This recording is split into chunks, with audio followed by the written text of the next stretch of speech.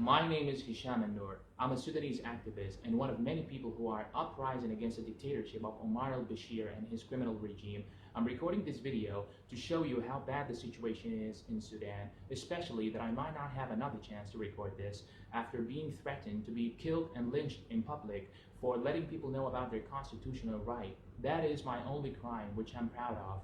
On December 19th, 2018, Sudanese people got together and peacefully demanded the Sudanese government to reconsider their reckless economic decisions that have been damaging the citizens of Sudan. Ever since Mu'taz Musa took over two governmental positions simultaneously in an unprecedented event where he was assigned as a prime minister as well as the minister of finance, the prices of bread, main food supplies, and medications have doubled, and so has the inflation rate, not to mention that they're on their way to lift subsidy of all products.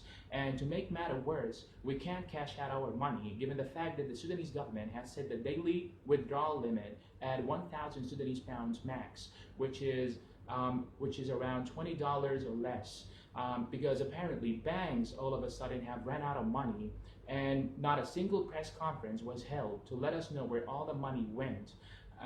So for the reasons mentioned, Sudanese people could no longer bear the excessive everyday life struggles, and economists anticipated imminent famine and a financial crisis, and so was the case indeed. I mean, the inflation rate has gone up so high that the Sudanese government has recently printed new banknotes of hundreds and 200s with no regards to the aftermath of going into such risky procedure.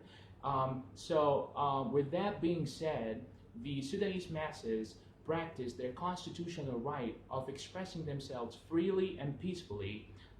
We're currently having full doctors and pharmacists strike. Lawyers, engineers, and respectable professors also demonstrated against the government for the miserable situations they put us in. Yet the criminal regime in Sudan chose to suppress unarmed protesters with their heavy weapons, resulting in over 52 deceased citizens over the course of 6 weeks. Most of them are only boys under the age of 24, let alone the hundreds of detainees of both genders whose backs were extremely injured by cruel whipping. Two boys lost their hands. A young man and a woman lost their right eye.